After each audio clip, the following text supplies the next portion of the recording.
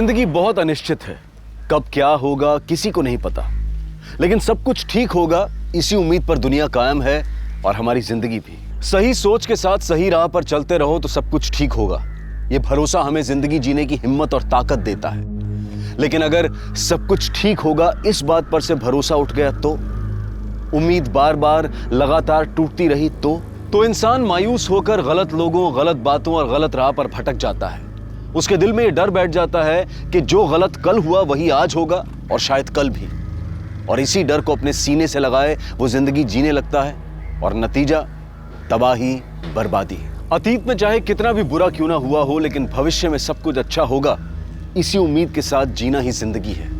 अगर ये आशा, ये उम्मीद इंसान ने छोड़ दी तो उसका क्या नतीजा हो सकता है, ये हमारी आज की कहानी बताती है। एक ऐसा केस जिसने पुलिस को बौखला दिया, एक ऐसी कहानी जिसे देखकर आप भी चौंक जाएंगे।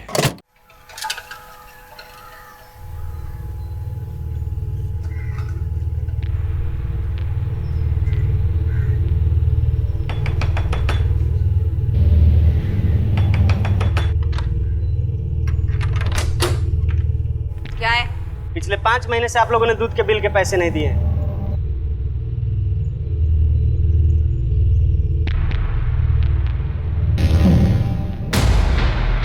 अरे दरवाजा खोलो। अजय, अजय, माँ जी कहाँ? अरे ये कोई तरीका थोड़ी, हटिए। अरे माँ जी को बुलाइए, पैसा दीजिए। माँ को बुलाइए। आपका पैसा मिल जाएगा, आप बाहर चलिए। अरे 5 महीना हो गया, अभी तक पैसा नहीं मिला। पैसा चाहिए, पैसा चाहिए, पैसा चाहिए। अरे एक मिनट, अरे बबीता, अरे माँ, पैसा दो मेरा। ए, क्या कर रहा है? हा? क्या कर रहा है? कितने पैसे तेरे? हाँ बोल। 5 महीने का 6000 रुपए। पकड़, निकल यहाँ से। उठा पैसे। कल से मैं इधर दूध देने नहीं आऊंगा। चल भाग। छोड़ूंगा नहीं मैं किसी को। हे भगवान। बिल देने में क्या दिक्कत है तुम्हें? इतने से पैसे के लिए सब? ये सब मतलब? मैंने क्या किया? हाथ देख, शुक्रवार का दिन है और शुक्रवार के दिन लक्ष्मी घर से बाहर नहीं जानी चाहिए, और ये हमेशा शुक्रवार को क्यों आता है?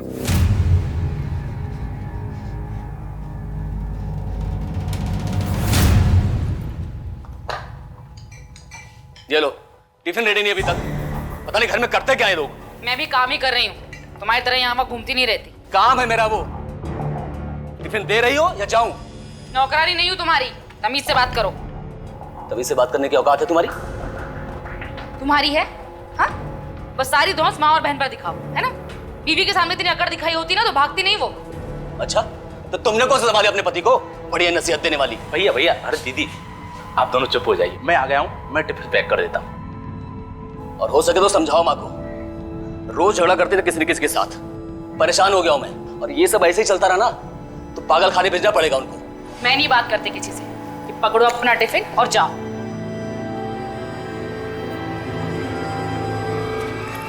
भगवान, कुछ गड़बड़ ना हो जाए बस।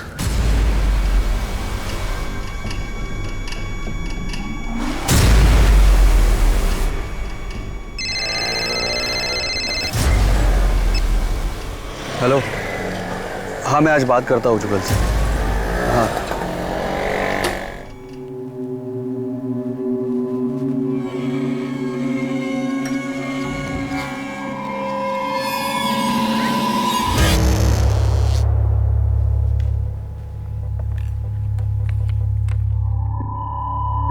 मुझे किसी भी कीमत पर मेरा परिवार चाहिए, हंसता खेलता परिवार।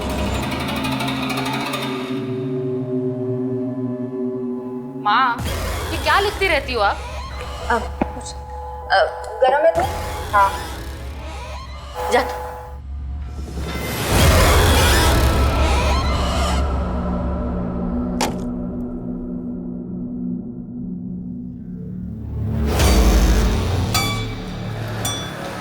भगवान रक्षा करना, कहीं कोई एक्सीडेंट ना हो जाए आज। चल भाई।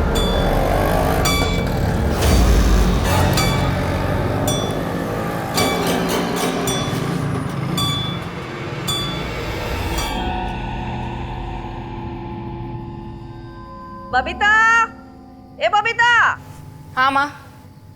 8 बज गए, दरवाजा बंद कर ले।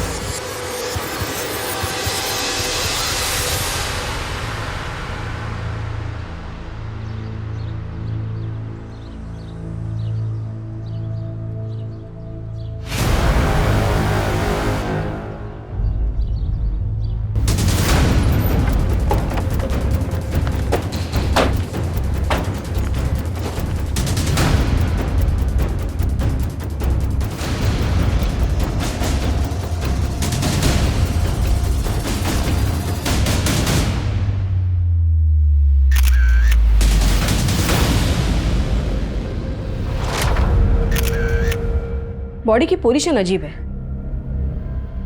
पूनम, तुम बाकी घर की तलाशी लो। मैम।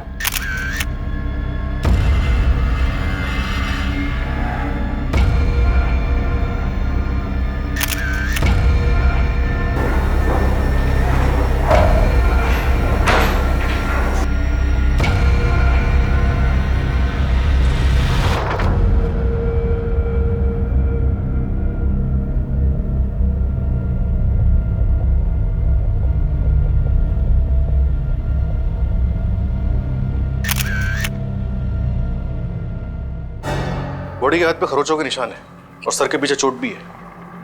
मैम, दरवाजे पे काफी कुंडिया है, लेकिन खिड़की खुली है।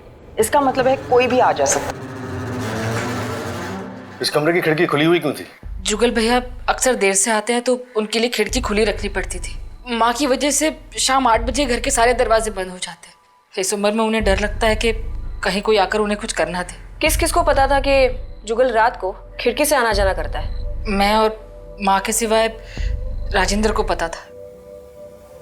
राजेंद्र हमारे घर के और बाहर के सारे काम करता है और सुबह सबसे पहले उसने ही जुगल भैया को देखा था।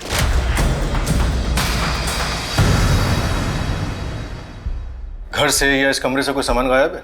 ऐसा कुछ लग तो नहीं रहा। कल जुगल घर कब लौटा? रात 11 बजे तक तो नहीं आए थे और वैसे भी उनके घर आने का कोई फिक्स टाइम नहीं होता।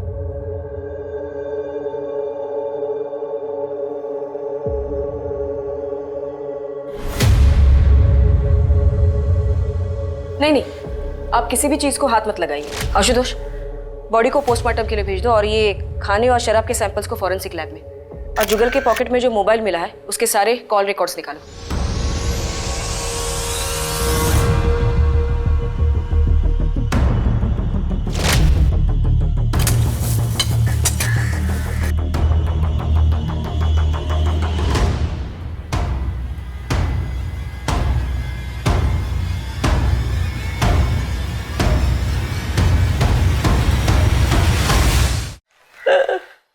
जुगल के अक्सर फिक्र आता था? अक्सर, और कभी कभी तो बहुत ज्यादा। किसी से झगड़ा या दुश्मनी थी यहाँ आसपास पड़ोस में या जहाँ काम करता था वहाँ? नहीं। ठीक है, अब हम चलते हैं। कुछ पता चलता है तो हम आपको बताते हैं।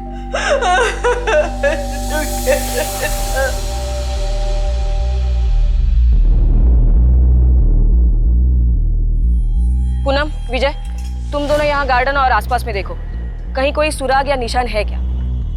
बॉडी घसीटने का कोई निशान मिल रहा है क्या, वो भी देखो। Yes ma'am. आशुतोष, पहले हमें ये पता करना है कि जुगल के घर आने से पहले उसके साथ क्या क्या हुआ। मतलब वो कहाँ से आ रहा था, क्या बताया उसकी बहन ने, कहाँ काम करता था वो? रीजन टेलीकॉम में काम करता था। हम वही चलते हैं।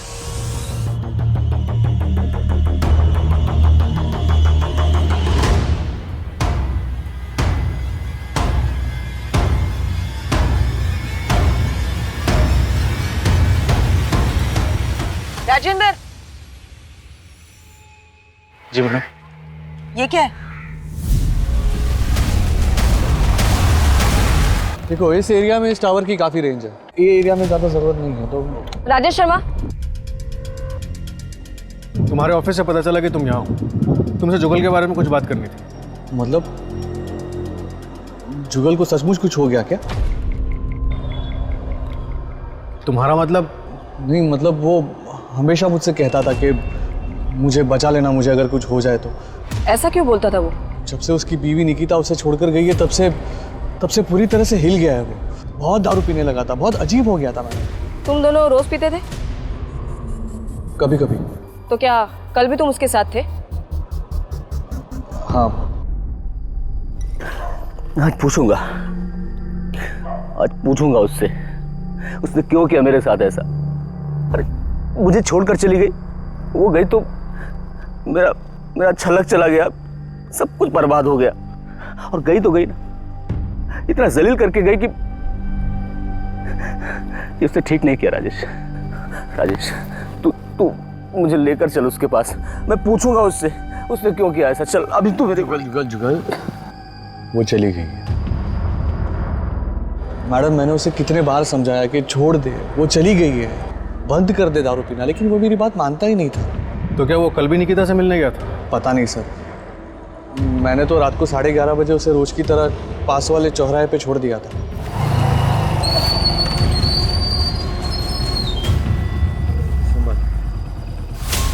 जुगल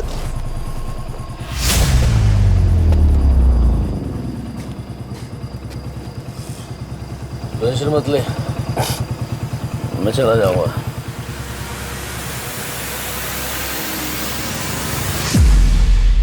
और वो किस जिल्लत की बात कर रहा था? वो भी एक अजीब कहानी है मैडम, उसके बारे में मेरे से बेहतर उसके घर वाले ही बता पाएंगे।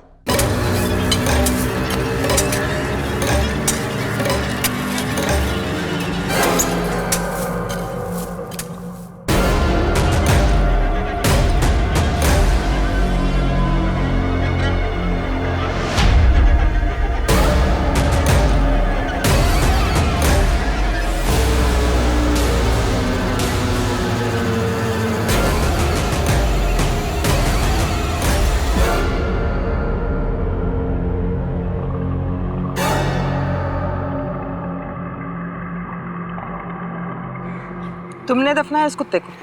जी मैडम। कब दफनाया था? मैडम ये 3 दिन पहले मुझे कुएं में मरा हुआ मिला था।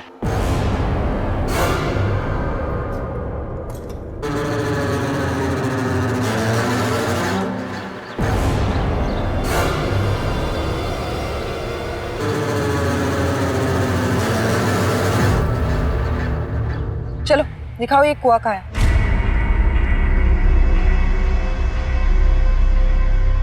इसी कुएं से निकाला था मैंने। घर वालों को इसके बारे में कुछ पता है? तुमने बताया कुछ उन्हें? मैंने जानबूझकर नहीं बताया मैडम। क्यों? क्योंकि जुगल भैया कुत्तों को लेकर बहुत परेशान होते थे। अगर ये बात उनको पता चलती तो वो गोपाल अय्यर से बहुत झगड़ा करते। गोपाल अय्यर? ये कौन है? हमारे पास ही रहते हैं मैडम, उनको कुत्तों से बड़ा प्यार है। वो कुत्तों को कहीं भी खाना खिलाने लग जाते हैं, यहाँ तक कि हमारे घर के बाहर भी। अय्यर साहब कितनी बार बोला है आपसे यहाँ पर कुत्तों खाना मत खिलाया करो, आपको बात समझ में नहीं आ रही है? परेशान करके रखा हुआ है। अय्यर साहब आपसे बात कर रहा हूँ, मेरी बात सुन रहे हैं आप? क्या सुनेगा तुम्हारा बात? हा? रोज का एक ही बात, क्या प्रॉब्लम क्या तुम्हारा? मेरा प्रॉब्लम ये है अय्यर साहब कि मैं बोलता हूँ रोज आपको कि कुत्तों को खाना मत खिलाया करो, बात समझ में नहीं आती आपको? ये कुत्ता तुमको क्या करता, कभी काटा है क्या? अरे काटन अरे जवान नहीं, तुम्हारा टाइम होगा, तुम जाओ। मैंने काट लिया ना तो ठीक नहीं होगा, बता रहे हैं हम आपको। धमकी देने का जरूरत नहीं है। धमकी दे रहा हूं काट मैं। डालेगा साला तुम कहीं पे। अरे ऐसे कैसे काट डालेगा? इस झगड़े के बारे में और किसी को कुछ पता था? सभी को तो पता था मैडम। निकिता जुगल भैया की बीवी थी, उसी ने सब कुछ बर्बाद कर दिया। हमारा हरा भरा परिवार था, सब खराब करके चलती बनी। एक वो और एक सूरज, दोनों के दोनों घटिया और नीच लोग। सूरज कौन? मेरा पति। नारायणं निराकारं नरवीर नरोत्तमं नरसिंहं नागनाथं च तम वंदे नरकांतकम।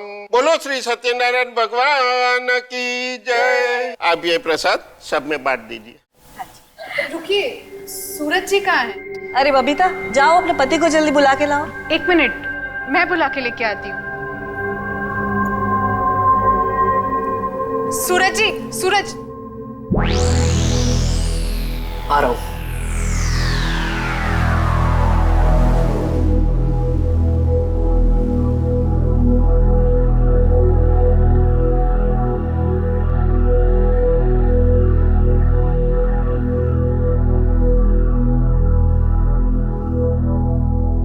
अरे भाई जल्दी आ जाओ, सब वेट कर रहे हैं। आ रहे हैं। बबीता, टॉवल देना। बबीता।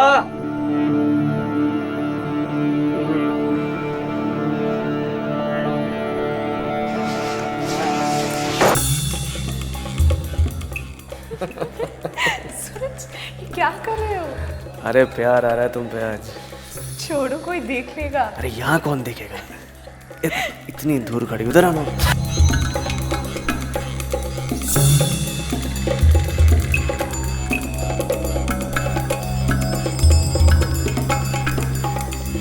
लेकिन जब माँ ने उन दोनों से पूछा तो दोनों ने साफ इनकार कर दिया।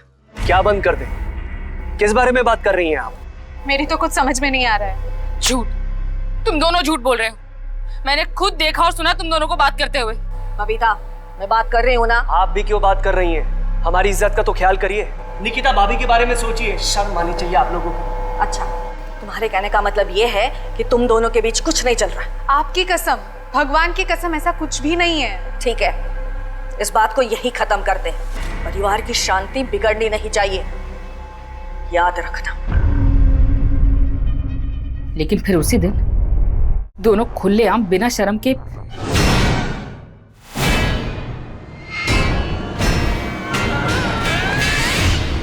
सूरज!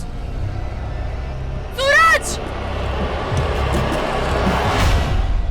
क्या तुमने अपने पति को ढूंढने की कोशिश नहीं की?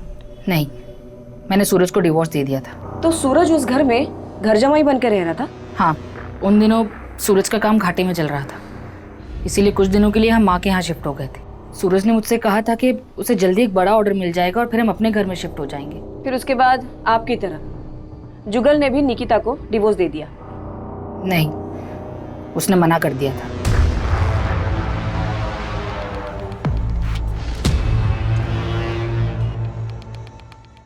अजीब बात, तेरवा देवी का जमाई सूरज उन्हीं की बहू निकिता के साथ भाग गया।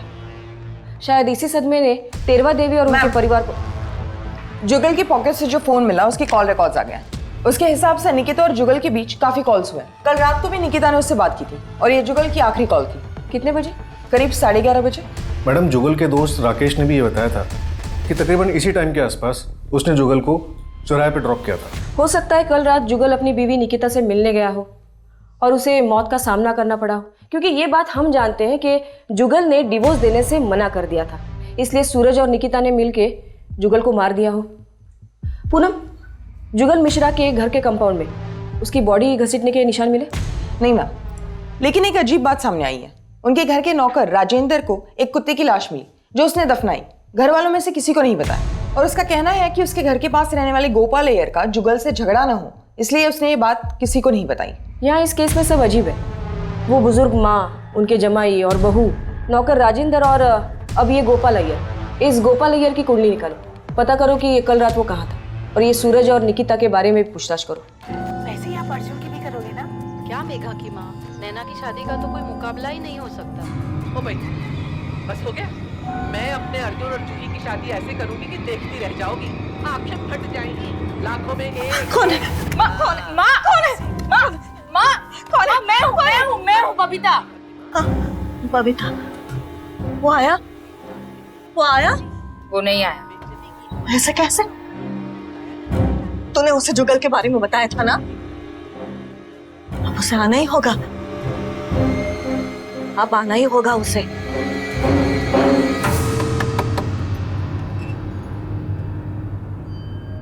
परसों रात को आपने जुगल को फोन क्यों किया था?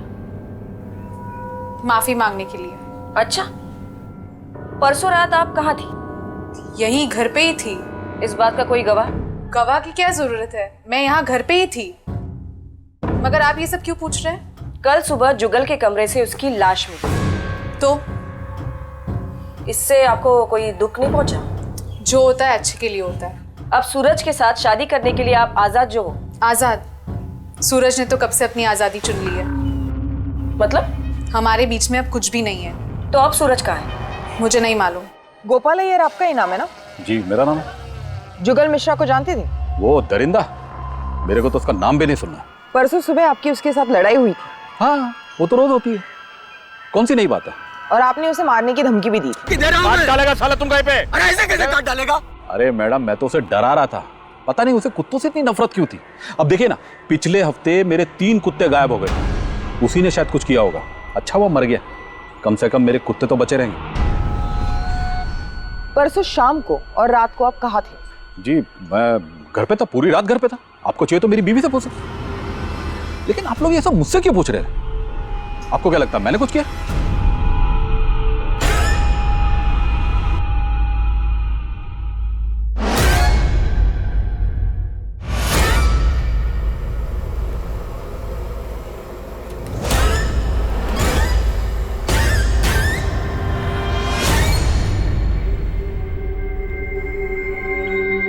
कैसा बना है? ठीक है। अरे ठीक है या अच्छा है? अच्छा है माँ। धीरज अगर कुछ कम है तो बता दे, मैं और डाल देती हूँ। नहीं बराबर है एकदम।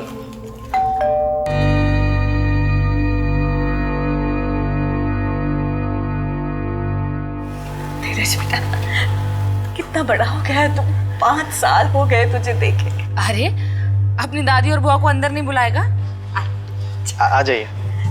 बबीता टिफिन ला। धीरज बेटा आजा, इधर आजा, खाए। कौन है धीरज? धीरज, आप दोनों से मैंने साफ साफ कहा है कि आपसे हमारा कोई लेना देना नहीं है। सुनाई नहीं दे रहा आपको? इज्जत से निकल जाइए वरना धक्के मार के निकलवाऊंगी। ये ले धीरज बेटा, ले बेटा, ले। अरे मेरे हाथ का बना घर का ताजा खाना है और सब कुछ इसकी पसंद का है। धीरज, इनके हाथ का बना कुछ मत खाना। क्या नहीं खाने थे उसे, कुछ नहीं होगा उसे। हाँ? फिर भी वो नहीं खाएगा। बबीता खाइए, खा खा, ताकि उसको पता चले कि इसमें मैंने जहर नहीं डाला है। देख, देखा? और सुन, धीरज मेरा पोता है, वो मेरे घर में रहना चाहिए, मेरे साथ। धीरज उस घर में कभी नहीं जाएगा। उस घर में एक भी मर्द जिंदा नहीं रहता है। अब तो जुगल को भी खा गए आप लोग। याद रखता नहीं, बहुत पछताएगी तू। निकलिए।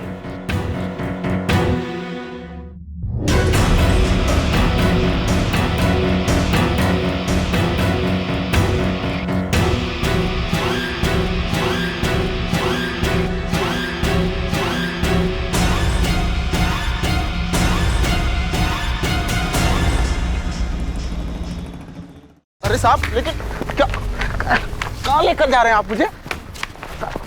साहब हुआ क्या? साहब, अरे मैडम मुझे बताइए तो सही, मुझे यहाँ क्यों लेकर आए हो आप? क्योंकि तू हर काम में सबसे पहले है। तुझे सबसे पहले कुएं में से एक मरा हुआ कुत्ता मिला।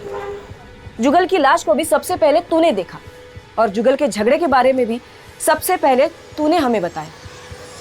अब सच सच बता, तुझे कुएं में से एक मरा हुआ कुत्ता मिला या 3? नहीं मैडम, सिर्फ एक ही कुत्ता मिला था, मैंने मैडम को बताया तो था। ठीक है, तुम जाओ। पूनम, इस पे नजर रखना। और वो तेरवा देवी का जमाई सूरज, वो कब आ रहा है? आ गया मैं। क्यों सूरज, निकिता से कब शादी कर रहे हो? शादी? हाँ शादी, क्योंकि अब जुगल मिश्रा जो नहीं रहा। जुगल मिश्रा नहीं रहा? बुढ़िया अपने आखिरी बेटे को भी खा गई।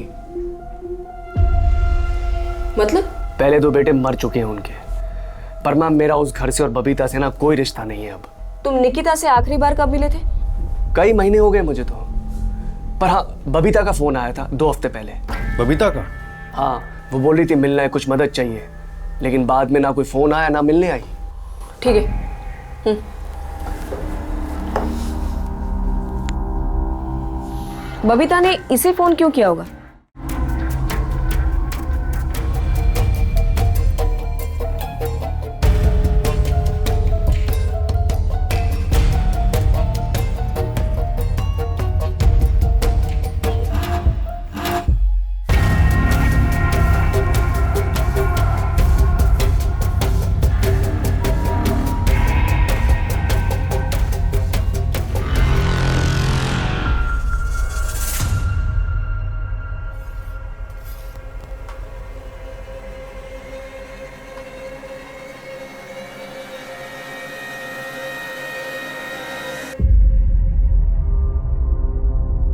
बबीता से मिलना है।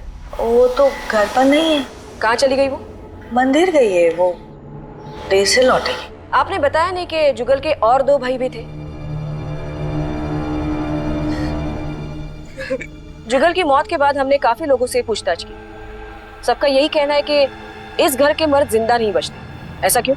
पता नहीं है, हमारे ये घर के मर्दों को क्या हो जाता, कोई रहना ही नहीं चाहता इस घर में। मेरा बड़ा बेटा युवराज 14 साल की उम्र में ही बीमारी की वजह से मर गया, और दूसरा बेटा गिरिजेश, उसका एक्सीडेंट हो गया।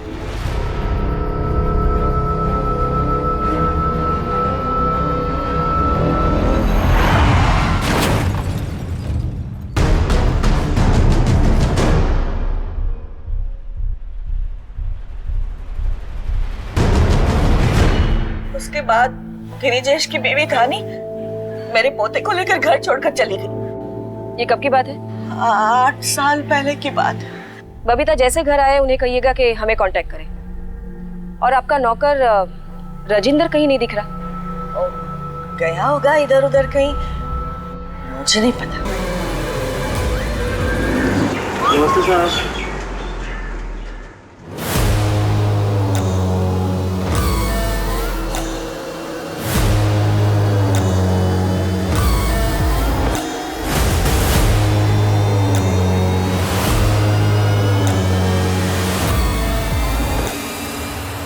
आशुतोष, तेरवा देवी के पोते धीरज के बारे में पता करो।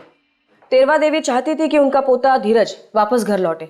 शायद इसी बात में जुगल की मौत का राज छिपा हो। और मैडम, ये गिरिजेश की मौत क्या वाकई में एक एक्सीडेंट थी या फिर इसमें भी कुछ और था? आशुतोष, ये 8 साल पहले की बात है। मान लिया जाए कि गिरिजेश की मौत एक एक्सीडेंट से हुई हो और इसी बात का तेरवा देवी को सदमा पहुंचा हो और वो वहमी बन गई हो।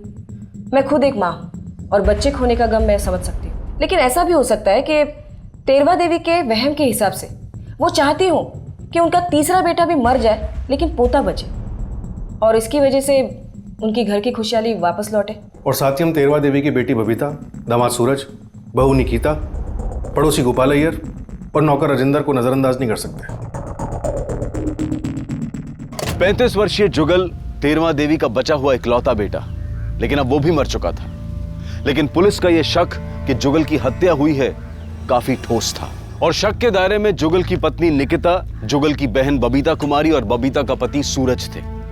क्या इनके अलावा कोई और भी था जो जुगल की जान ले सकता था? और इस हत्या की वजह क्या थी? जुगल एक नशेबाज, हारा हुआ इंसान था, उसे मारकर किसी को क्या मिलने वाला था? पुलिस कोशिश कर रही थी लेकिन उन्हें कोई रास्ता नजर नहीं आ रहा था, और उसी वक्त पुलिस के पास एक ऐसी खबर आई जिसकी वजह से यह केस उल्टी दिशा में घूम गया। और जैसा कहना मैडम, मैं धीरज मिश्रा हूँ, तेरवा देवी मिश्रा का पोता। कल शाम से मेरी दादी और बुआ गायब है, उनका फोन भी बंद आ रहा है। दादी और बुआ घर पे नहीं है? नहीं, वो कल शाम को निकले थे, अभी तक वापस नहीं आए। लेकिन मुझे तो आज घर आने कहा था उन्होंने। कल शाम को उनके जाने के बाद अगर वो वापस घर नहीं लौटे तो तुमने हमें आके क्यों नहीं बताया? और आखिरी बार कब और कहाँ देखा था उनको? मैडम, कल शाम को उन्हें कहीं बाहर जाना था, तो उनके लिए ऑटो मैं ही लेकर आया था।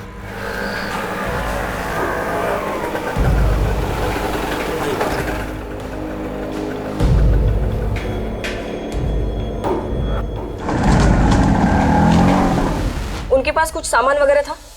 एक छोटी सी थैली थी मैडम, बस। ठीक है, उनके बारे में अगर कुछ पता चलता है तो हम तुम्हें बताते हैं। जी मैडम। आशुतोष, ये बड़ी हैरानी की बात है। बबीता और तेरवा देवी का गायब होना और जुगल की मौत का कुछ ना कुछ तो कनेक्शन है। शायद इन दोनों ने मिलकर कुछ किया हो, लेकिन 2 औरतें एक साथ ऐसे अचानक गायब कहाँ हो सकती है? और वो ज्यादा घर से बाहर निकलती भी नहीं थी। खैर, इन दोनों की फोटोज शहर के सारे पुलिस स्टेशन में सर्कुलेट कर दो।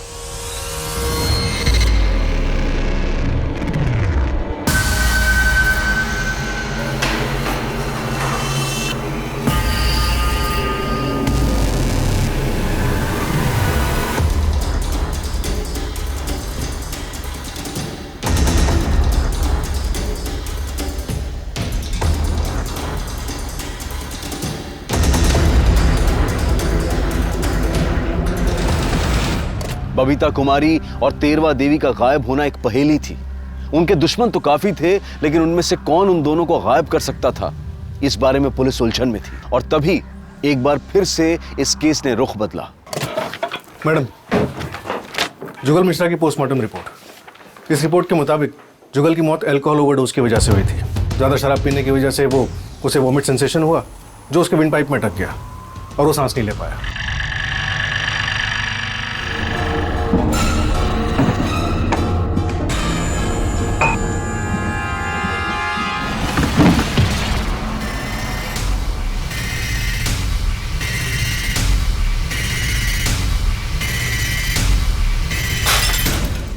इसके अलावा जुगल की बॉडी में शराब छुड़ाने की दवाई के ट्रेसेस भी मिले। डॉक्टर ने रिपोर्ट में death by natural cause he लिखा है और फॉरेंसिक रिपोर्ट के मुताबिक शराब छुड़ाने की दवाई के ट्रेसेस उस खाने की प्लेट में भी मिले हैं जो हमें जुगल के रूम से मिली थी।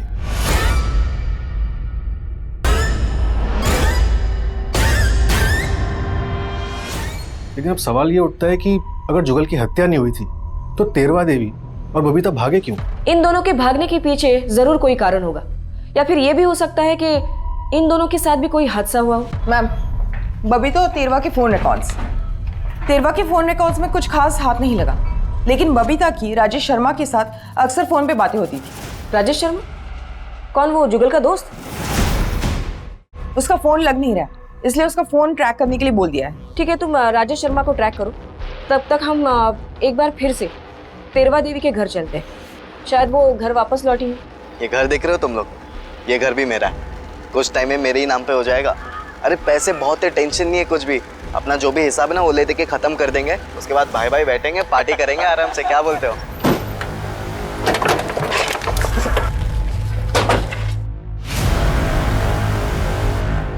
तुम यहाँ क्या कर रहे हो? और राजेंद्र का है? समय वो अपनी दादी और बुआ से मिलने आया था बस।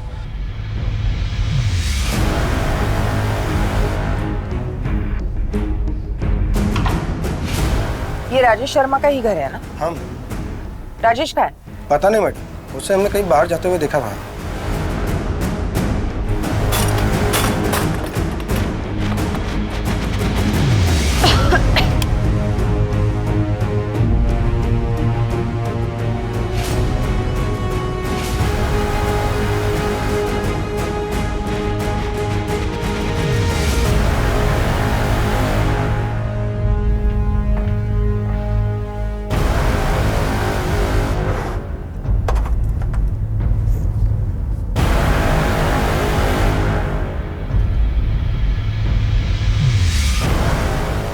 लेकिन इस रिपोर्ट के मुताबिक ये राजेश शर्मा 3 दिन से गायब है, कुछ अता पता नहीं है। उसका फोन भी ट्रेस नहीं हो पा रहा, लेकिन हमारी खबरियों से ये पता चला कि बबीता और वो अक्सर छुप छुप कर मिला करते थे।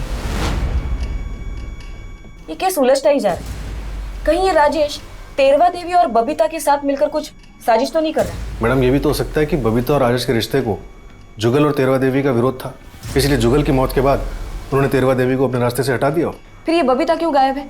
और वो उनका नौकर राजेंद्र, वो कहाँ चला गया?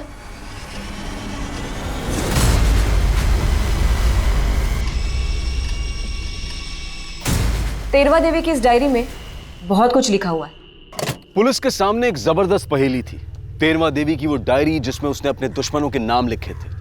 लेकिन पुलिस ने उन सब से बात की थी और पुलिस को किसी के भी खिलाफ कोई ठोस सबूत नहीं मिला था। उस डायरी में लिखी हुई बातें सच थी या फिर एक बुजुर्ग औरत के असंतुलित दिमाग की कल्पनाएं? क्या यह डायरी पुलिस को अपनी मंजिल तक ले जाने वाली थी या फिर यह डायरी उन्हें गुमराह करने वाली थी? अगर कभी मुझे कुछ हो जाए तो उसके जिम्मेदार ये लोग होंगे। वो दूध वाले नील ने मुझे धक्का दिया और मेरे सर पे चोट लगी और उसने मुझे जान से मारने की धमकी भी दी। मैंने तो अपना पैसा मांगा था मैडम, लेकिन बुढ़िया ने मुझ पे ही डंडे से हमला कर दिया। मैं खुद को बचाने के लिए उसे हल्का धक्का मारा था। फिर तूने क्या किया? बदला लेने के चक्कर में सबकी जान ले ली? नहीं नहीं मैडम, मैंने किसी को कुछ नहीं किया। सूरज और निकिता दोनों बहुत झूठे हैं। उन्होंने मेरे सामने झूठ पे झूठ बोला। उन्हें अपनी गलती की सजा मिलनी ही चाहिए।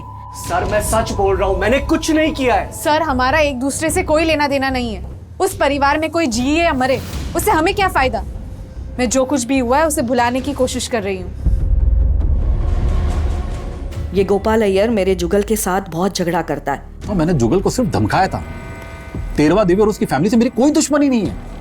वैसे भी वो औरत थोड़ी पागल थी, आपको यकीन नहीं होता ना, बाहर वो लड़का आकर बैठा ना, आप उससे पूछिए कितना बेइज्जत करके उसको निकाला था घर से। उसने मेरे को सामने आकर बताया उसको भी कुत्तों से बहुत प्यार है। अभी पिछले 2 हफ्तों से मेरे साथ वो कुत्तों को खाना खिलाता है। जुगल की तबीयत खराब होने के बावजूद और मेरे मना करने के बाद भी हितेन ने जुगल को दारू लाके दी। मैं छोड़ूंगी नहीं उसे। अरे एक ही बेटा बच्चा है मेरा। उसे दारू नहीं दिला। माँ जी बोलती थी कि मैं जुगल भैया की जान के पीछे पड़ा हूँ। अब जुगल भैया के ही कहने पे मैं उनके ही पैसों से उनके लिए शराब ला के देता था। अब उनकी तबीयत खराब थी तो उसमें मेरी क्या गलती? अच्छा, और कुत्तों से बहुत प्यार है तुझे? हाँ। सिर्फ 2 हफ्तों से प्यार है? नहीं मैडम, ऐसा नहीं है। कुत्तों से तो बचपन से प्यार करते हैं, एक गांव में पाला हुआ भी है। ठीक है, जब तक हम नहीं कहते शहर से बाहर जाना मत। आशुतोष, हमें इस पे भी नजर रखनी होगी। धीरज के आने के बाद ही हमारे घर में सुख और शांति लौटेगी, मगर ध्यानी चाहती है हम सब मर जाए। धीरज का इस्तेमाल करके हम सबको पहले ही मार डालेगी वो। ढेर सारे पैसे, आलीशान मकान, यही तो चाहती थी तुम। अब ना तेरवा देवी बीच में आएगी और ना ही बबीता। मैडम, ऐसी कोई बात नहीं है, मुझे उस घर से एक कौड़ी भी नहीं चाहिए। ये ड्रामा बंद करो। और आपको चाहिए हो या ना हो, हमारे इंफॉर्मेशन के मुताबिक धीरज महलों के सपने जरूर देखता था। अरे काका, चुका दूंगा ना आपका बिल, दे दो अभी। हाँ हाँ जानता हूँ, बहुत बड़ा आदमी है तू, बहुत बड़ा घर है तेरा, तू चाहे तो सबको खरीद सकता है। अरे जाओ यहाँ से, कुछ भी नहीं मिलेगा। मैडम, अगर हमें पैसे और आलिशान मकान ही चाहिए होता तो मेरे पति के मरने के बाद मैं वो घर छोड़कर नहीं आती। वो घर शापित है, वहाँ एक भी मर्द जिंदा नहीं रहता, और अगर मेरा बेटा धीरज वहाँ रहता तो वो भी मर जाता। धीरज, मैंने तुझे मना किया था ना, बोला था ना इन लोगों से दूर रहना। आशुतोष, बबीता के बारे में भी लिखा है इस डायरी में। तेरवा देवी को बबीता के लक्षण ठीक नहीं लग रहे थे। देर से आती थी, जबान लड़ाती थी। मैम, शहर के बाहर वाले जंगल से खबर आई है।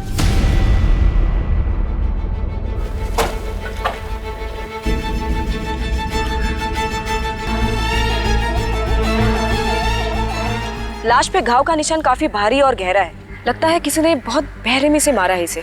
इस केस की शुरुआत जुगल की मौत से हुई थी, तब हमें लगा था कि हत्या है, पर ऐसा था नहीं। और अब जुगल की माँ तेरवा देवी गायब है और बहन बबीता की लाश मिली है। बबीता इनमें से अहम कड़ी थी, अब वो भी टूट चुकी है।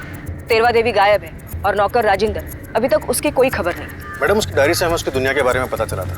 उसकी डायरी में मौजूद लोग उसकी दुनिया में बसते थे और उसी दुनिया में से किसी ने शायद ये कांड किया। लेकिन अब सवाल ये है कि तेरवा देवी की दुनिया में बसने वाला वो कौन व्यक्ति है जिसने सब कुछ किया। इतने दिनों से ढूंढ रहे हैं तुझे, ना तेरा फोन लग रहा है, ना किसी को बताया कि तू कहाँ था। गाँव गया था, वहाँ पर नेटवर्क नहीं था। बबीता से क्या रिश्ता है तुम्हारा? प्यार करते थे हम एक दूसरे से। तो उसे मारा क्यों? मैं उसे क्यों मारूंगा मैडम, हम दोनों एक दूसरे से प्यार करते थे। और जिस दिन जुगल की हत्या हुई उस दिन मैं उसे सब सच बताने वाला था कि मैं और बबीता शादी करने वाले हैं। लेकिन उस दिन जुगल निकिता को लेकर बहुत परेशान था, इसीलिए मैंने उसे कुछ कहा नहीं। और फिर अगले दिन पता चला कि जुगल की मौत हो गई। अरे मैं तो गांव जाने से पहले उसे मिला भी था। वो और तेरवा देवी कोई चंद्रपाल बाबा को मिलने जाने वाले थे।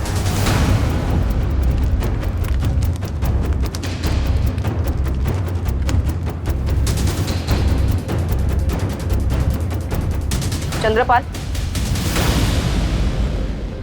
ये बबीता और ये तेरवा देवी, क्या ये 2 औरतें तुमसे मिलने आई थी? हाँ आई थी, इन्हें अपना पोता वापस चाहिए था। ये बता रही थी कि इनके परिवार पर शाप का साया है। उसी से मुक्ति के लिए उन्होंने अनुष्ठान किया और वापस चली गई।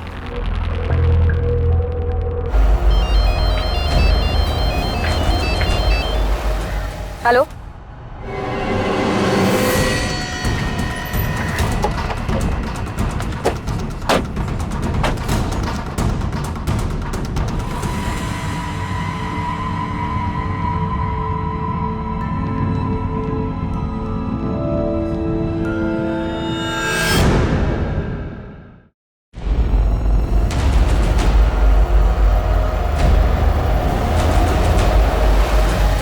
हमें आप लोगों के सीनियर से बात करनी। हमने कुछ नहीं किया, आप लोग पुलिस स्टेशन। मैम, आपकी टीम हमें जबरदस्ती लेकर आई है। किस लिए? सर, अच्छा बताता हूँ। मैं भी हरिओम चंद्रपाल बाबा का भक्त था। उस दिन मैंने बबीता और तिरवा देवी को उनके आश्रम में देखा था। वहाँ से मुझे पता चला कि वो दोनों वहाँ पे वापस आने वाले थे। तब मैंने हितेन को याद किया। हितेन को पहले ही तिरवा देवी से नफरत थी। ये रिक्शा चलाता है। माँ जी नमस्ते, पहचाना? इसने घर छोड़ने के बहाने उन दोनों को अपने रिक्शा में बैठाया। कहाँ जा रहे हैं हम? अरे हितेन, ये कहाँ ले जा रहा है? ये हमारे घर का रास्ता नहीं है, कहाँ से लेकर जा रहा है तू? ये अजीब सी जगह है। कहाँ लेकर आया तू? कितने बार बोला तेरे को? क्या क्या कर रहा है? कहाँ लेकर जा रहा है? पकड़ सूरज, चल। सूरज तू होने वाला था। क्या तुम तेरवा देवी से कुछ साइन करवाना चाहते थे? मैम, हमें तो बाद में मिलता, पहले तो उसे हासिल होने वाला था। किसे?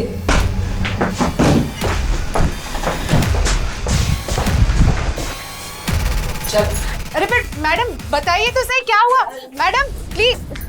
सूरज और मैं अलग हो चुके थे, लेकिन जुगल की मौत के बाद मेरे दिमाग में एक प्लान आया था, तो मैंने सूरज को अपने पास बुलाया। सूरज, जुगल अब रास्ते से हट चुका है और ध्यानी तो अभी हवेली में वापस आएगी नहीं और ना धीरज को आने देगी। इसका मतलब समझते हो? अरे जुगल ने मुझे अब तक डिवोर्स नहीं दिया है। इसका मतलब मैं अभी भी मिश्रा खानदान की बहू हूँ और उस हवेली पे मेरा भी हक है। मगर बबीता और बुढ़िया, उसका क्या? और इसलिए तुमने बबीता को इतनी बेरहमी से खा कुत्ते की तरह मारेगी मुझे? नौकरी से निकालेगी मुझे? खा खा खा खाओ खाओ खाओ खाओ।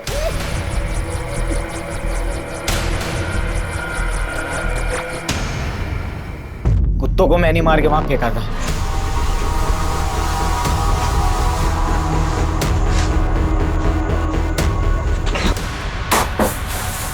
सोचा था बुढ़िया को डराता रहूंगा। निकिता मैडम के ही कहने पे जुगल भैया को मैं रोज ज्यादा दारू लाके देता था। मैंने पता किया था कि राजेंद्र गांव गया है, तो बुढ़िया की लाश को कुएं में फेंकने गया था।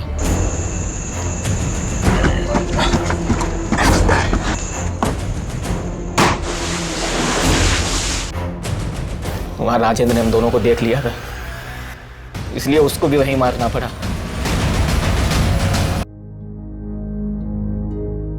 तेरवा देवी एक बुजुर्ग औरत थी जो अपने परिवार को जोड़कर रखना चाहती थी। वो चाहती थी कि उसका परिवार एक ही छत के नीचे सुख और शांति के साथ रहे, लेकिन वो हो ना सका और नतीजा, उसका भरोसा, उसकी उम्मीद टूट गई। जिंदगी के इस अनिश्चित पहलू ने तेरवा देवी को इस कदर तितर बितर कर दिया कि वो तंत्र मंत्र और तांत्रिक की झूठी बातों पर भरोसा करने लगी। उसका विश्वास ऐसी बातों पर बैठ गया जहां पर सिर्फ फरेब और मक्कारी थी, और था तेरवा देवी के बचे खुचे कुटुंब का अंत। तेरवा देवी अकेली थी, उम्र ढल गई थी, कमजोर थी, और राजेंद्र, निकिता और सूरज ने इस बात का फायदा उठाया। कठिन समय में तेरवा देवी कमजोर पड़ गई और अपनी जिंदगी से हाथ धो बैठी। कठिन समय हर किसी की जिंदगी में आता है, और इसी कठिन समय में सबसे ज्यादा शक्ति की जरूरत होती है। हम ये प्रार्थना करते हैं, उम्मीद करते हैं कि ये शक्ति हम सबको मिले। अब मैं अनूप सोनी आपसे विदा लेता हूं। फिर मुलाकात होगी क्राइम पेट्रोल सतर्क के ब्लैक हेडलाइंस अध्याय में एक और नए केस के साथ। और याद रखें, क्राइम और आपके बीच में सिर्फ इतना फर्क है कि आप कितने सतर्क हैं। सतर्क रहें, सुरक्षित रहें। जय हिंद।